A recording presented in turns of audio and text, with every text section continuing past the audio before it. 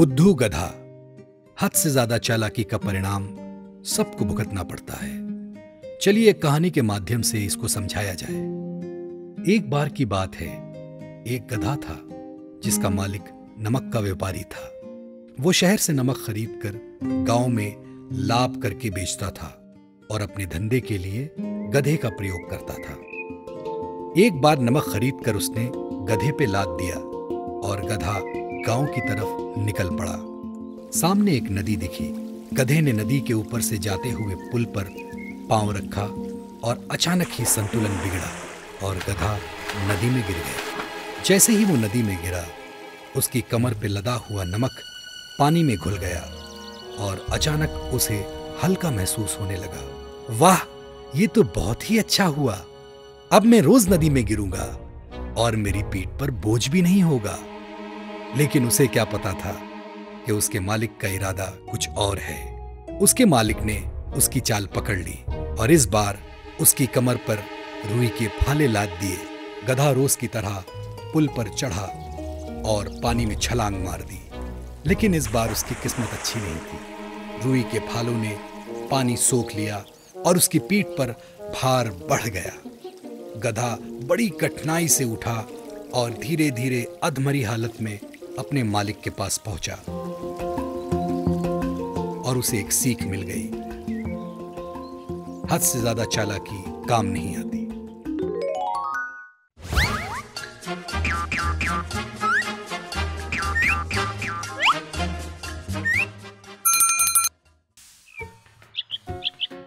एक बार की बात है, जंगल में एक लोमड़ी थी जिसका नाम गुमाया था।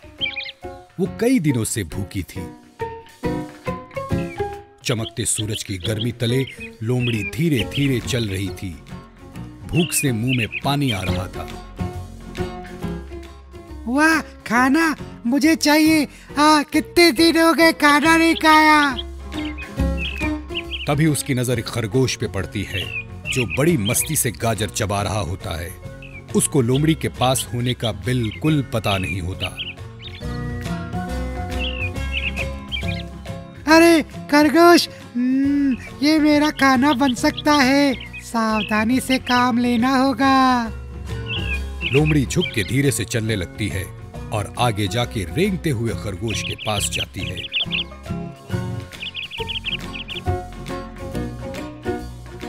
झाड़ के पास छुप के खरगोश के पीछे खड़ी हो जाती है। खरगोश को आवाज आती है और वो इधर उधर देखने लगता है। अरे, ये कैसी आवाज है? खरगोश उठता है और लोमड़ी झाड़ से बाहर आती है और खरगोश के पीछे अपने बदन को सिकोड़ कर खड़ी हो जाती है। खरगोश दाएं देखता है, लोमड़ी बाएं खिसक जाती है। खरगोश बाएं देखता है, लोमड़ी दाएं खिसक जाती है। खरगोश को शक होता है और वो मुड़ता है। लोमड़ी खरगोश पर आक्रमण करती है। खरगोश लोमड़ी के मुंह में दांतों के बीच गाजर अटका देता है। लोमड़ी फंसी हुई गाजर से संघर्ष करती है। उतने में खरगोश भाग जाता है। बड़ी कठिनाई के बाद लोमड़ी अपना मुंह बंद कर गाजर को तोड़कर गिरा देती है। ओ, मेरा मुंह, अरे रे। हारी हुई लोमड़ी धीरे धीरे चल के एक जगह पहुंच जाती है जो एक रणभूमि होती है। हथियार यहां वहां बिखरे होते हैं।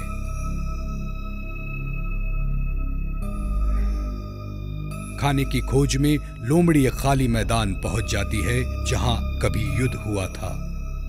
गुमाया को युद्ध के बारे में कुछ नहीं पता होता। वो खाना ढूंढने लगी। इतनी चीजें हैं यहाँ, मगर कोई ऐसी नहीं जो मैं खा सकूं।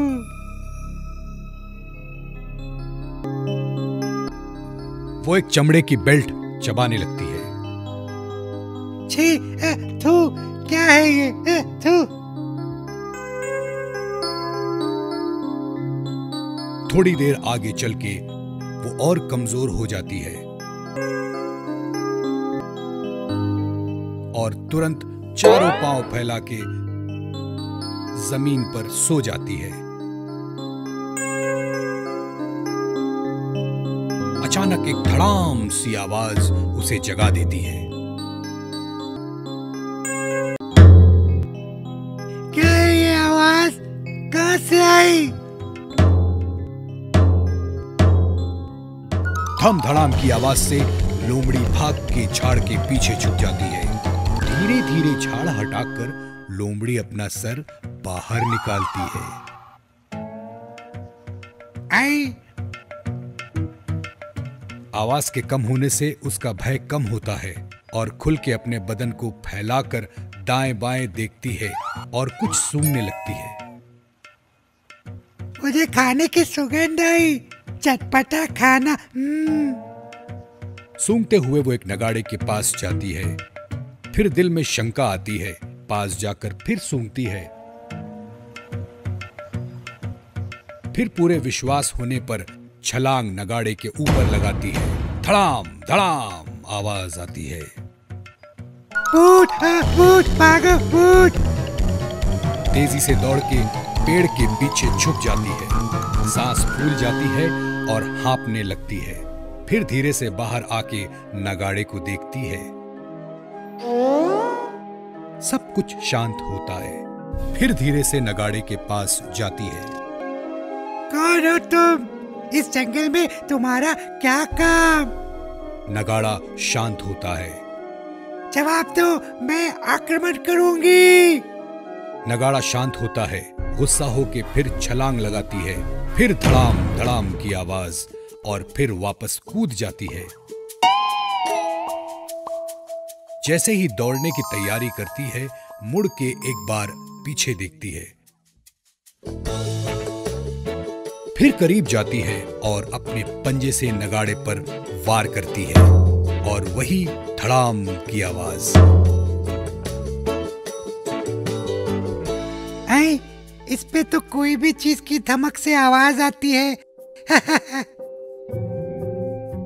फिर वो छलांग लगाती है और नगाड़ा पीटने लगती है। अचानक नगाड़ा हिलने डुलने लगता है और हिल डुल कर गिर जाता है। नगाड़ा घूमता हुआ गिरता है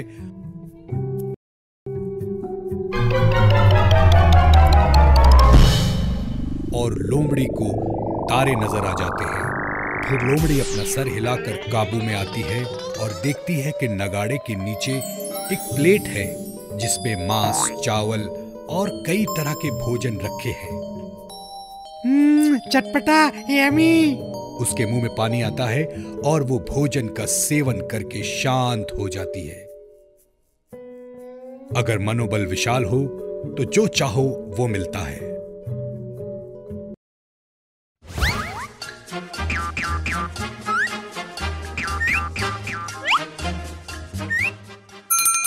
मुर्गी का केक किसको चाहिए? एक बार एक मुर्गी थी जिसके 5 चूजे थे। एक बत्तख, एक बिल्ली और एक कुत्ता भी उसी घर में रहते थे। एक दफा इन जानवरों को घर के पीछे गेहूं की बोरी मिली। वाह, कितना अच्छा होता अगर हम ये गेहूं बो सकते। चलो बंधुओं, इस गेहूं को घर के पिछवाड़े बो देते हैं। बत्तख बोली। ना, मैं ऐसा नहीं कर सकती। बिल्ली बोली। इतना फालतू वक्त नहीं है मेरे पास। और अंत में कुत्ता भौंका। मुझे इन सब कामों में कोई रुचि नहीं। कोई बात नहीं, मैं अकेले ही बीज बो दूंगी। ये बोलकर मुर्गी काम पर लग गई। उसने बीज बोकर पानी से सींचा और शुरू कर दिया। देखते ही देखते बीज अच्छा पौधा बन गया। देखो मेरे मित्रों, बीज कैसे पौधे में परिवर्तित हो गया। चलो अब मिलकर फसल काटते हैं। बत्तख बोली। ना, मुझसे नहीं होगा। बिल्ली बोली। मेरे पास समय नहीं है। कुत्ता भौंका। मुझे इन सब कामों में कोई रुचि नहीं है। अच्छा, फिर मैं इस फसल को काट लेती हूँ। और ये कहते हुए वो शुरू हो गई। दिन रात काम करने के पश्चात उसने गेहूं को अलग किया और विशाल गेहूं के दानों का गट्ठा जमा हो गया। आहा, देखो दोस्तों, अच्छे गेहूं हैं, दाने भी हो गए। अब मेरे साथ मिलकर इन्हें वजन करो। बत्तख, नहीं, मुझसे नहीं होगा। बिल्ली बोली, मेरे पास तो समय ही नहीं। कुत्ता भौंका, मुझे इन सब कामों में कोई रुचि नहीं। कोई बात नहीं, मैं खुद ही वजन कर लेती हूँ। ये बोलकर वो काम पे लग गई और गेहूं को चक्की में पीस पीस कर बुरादा तैयार किया और उस बुरादे से स्वादिष्ट केक बनाया। मुर्गी ने पूछा, देखो दोस्तों, ये केक देखो, किस किस को ये केक खाना है?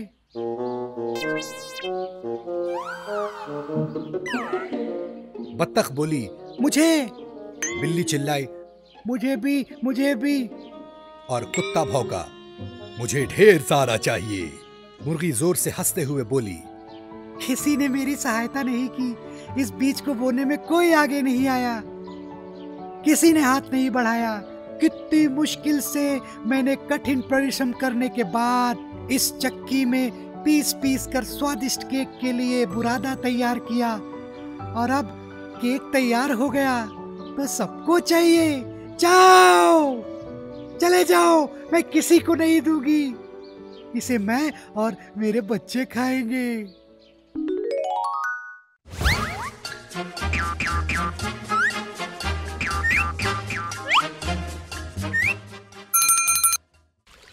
बंदर और मगरमच्छ।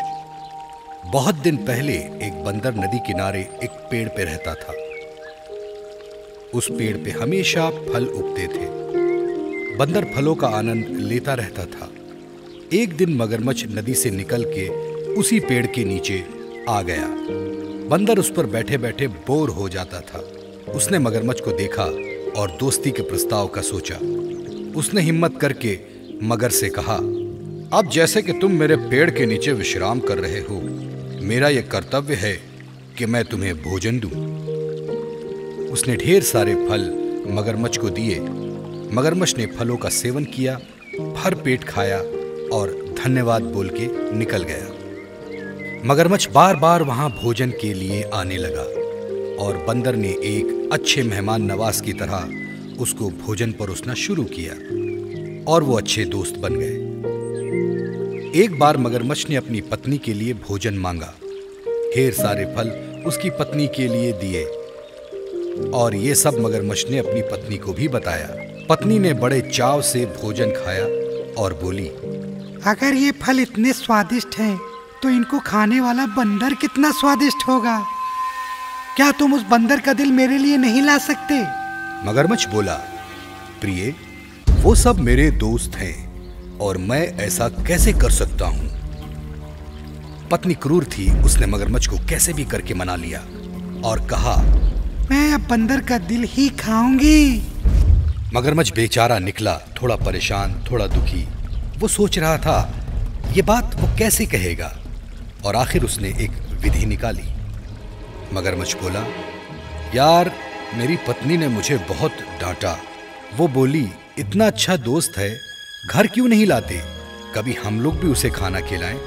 मैं भी उससे मिलना चाहती हूँ। बेचारा बंदर झांसे में आ ही गया, मगर उसने पूछा, मैं पेड़ का वासी हूँ, मुझे तैरना नहीं आता, मैं कैसे जाऊंगा? मगरमच्छ बोला, कोई बात नहीं, तुम मेरी मजबूत पीठ पे बैठकर चलना। बंदर को मारने के इरादे के साथ मगरमच्छ उसे पीठ पे बैठा के चल दिया। रास्ते में गहरा पानी था। बंदर ने धीरे धीरे जाने को बोला। गहरे पानी के बीच जाकर मगरमच्छ ने राज खोल दिया। उसने कहा, मेरी पत्नी तुम्हारा दिल खाना चाहती है, इसलिए मैं तुम्हें लेके जा रहा हूँ।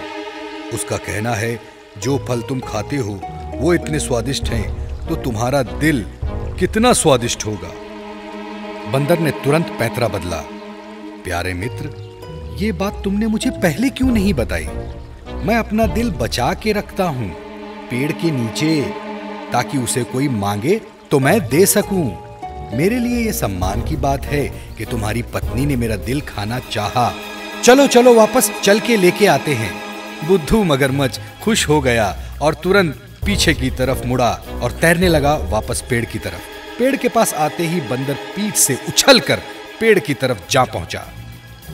मगरमच्छ बोला, क्या हुआ, इतनी देर क्यों लगा रहे हो अपना दिल लाने में? बंदर बोला, मेरे प्रिय दोस्त, तुमने मुझे धोखा दिया।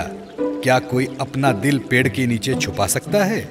देखो, मैंने तुमको अपना दोस्त माना, लेकिन तुमने अपनी बीवी के कहे में आके मुझे धोखा देने की सोची और खुद धोखा खा गए। मगरमच्छ शर्मिंदा होकर वहां से चला गया। कहानी का सार, समय पर दिमाग चलना बहुत जरूरी है।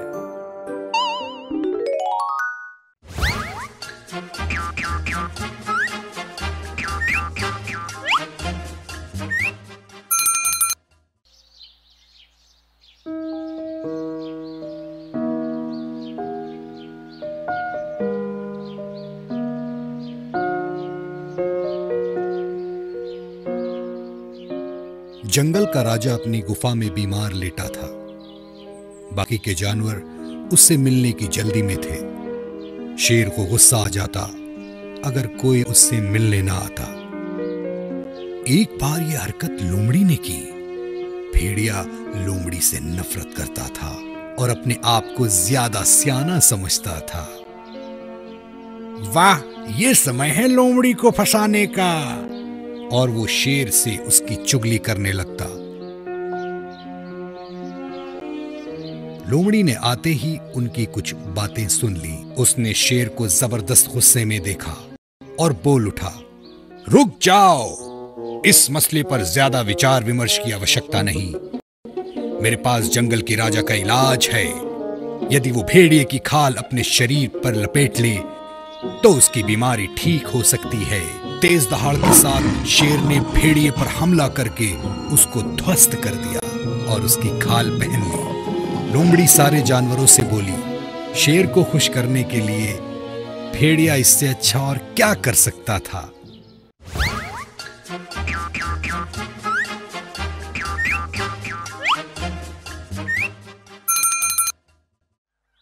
शेर और चूहा।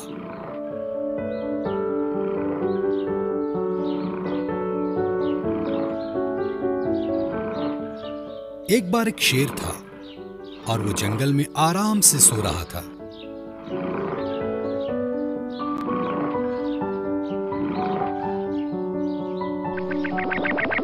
एक पिद्दी सा चूहा शेर के ऊपर नीचे दौड़ने लगा। इससे शेर जाग गया और अपने विशाल जबड़े को खाने के लिए खोल दिया। माफी सरकार। चूहा डर के बोला, माफ कर दो, फिर कभी ऐसा नहीं होगा। यदि आपने इस बार छोड़ दिया तो मैं आपका उपकार कभी नहीं भूलूंगा और हो सकता है कि मैं आपके काम आ जाऊं। शेर उसके कहे में आ गया और अपना पंजा उस पर से हटा लिया। कुछ दिन बाद कुछ शिकारियों ने शेर को धर दबोचा और एक पेड़ के तने से बांध दिया और फिर एक बड़ी गाड़ी में उसे चिड़ियाघर ले जाने का इंतजाम किया। वहीं से चूहा गुजरा। उसने सब देखा और तुरंत शेर के पास जाके उसकी रस्सियों को काटकर खोल दिया।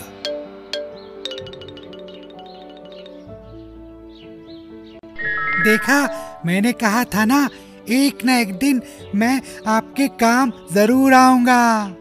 कहानी का सार, छोटी सी विनम्रता और दया बड़े पुरस्कार देती है।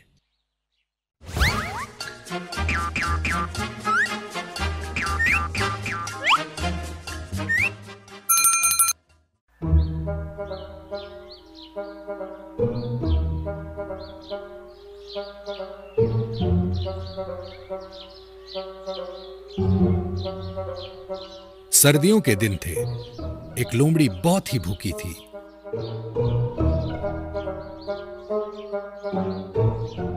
अब मुझे क्या मिलेगा, अफसोस जताते हुए बोली। लेकिन जैसे ही एक बालूत के पेड़ के पास से गुजरी, उसकी नाक सिकुड़ गई। उसे कुछ स्वादिष्ट व्यंजन की सुगंध आई। पेड़ के तने तले मांस और रोटी का टुकड़ा था जो चरवाहे छोड़ गए थे। लोमड़ी अंदर घुसी और खा खा के मस्ती में बोलती रही, वाह वाह, जवाब नहीं, क्या स्वाद है। और अपने होठ चाटने लगी। खा खा के जब सब खत्म कर दिया तो पेड़ के तने से बाहर निकलने का सोचा, लेकिन तब तक लोमड़ी का पेट फूल चुका था और उस पेड़ के तने में फंस गई। ये देखकर मक्खियां हंसने लगी और उसका मजाक उड़ाने लगी। मक्खी ने कहा, तुम तब तक फंसे रहोगे जब तक फिर से पतले नहीं हो जाते। और जब तक लोमड़ी दुबली हुई, उसको फिर से भूख लगाई।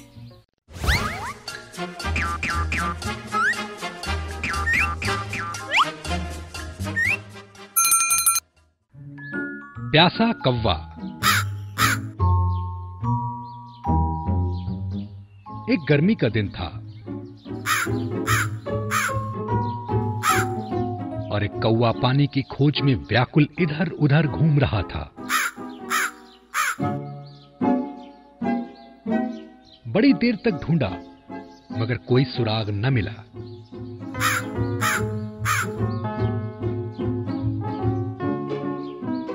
अंत में उसने आशा ही खो दी। अचानक एक पानी का बर्तन उसने देखा। वो तुरंत उस बर्तन के पास गया, देखने के पानी है भी कि नहीं। उसे जरा सा पानी दिखा जो उसकी प्यास मिटा सकता था।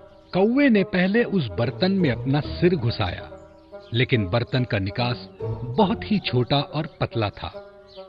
कौवे ने बहुत सोचा, इधर उधर नजर घुमाई और कुछ छोटे छोटे पत्थर और कंकड़ियां दिखी। फौरन उसका दिमाग दौड़ा। उसने कंकड़ियों को चुनकर उठाना शुरू किया और उसे पानी के बर्तन में एक एक करके डालना शुरू किया।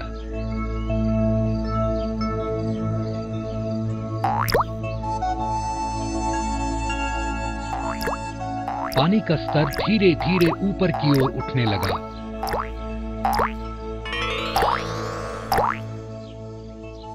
और अंत में कौवे को पानी पीने को मिला।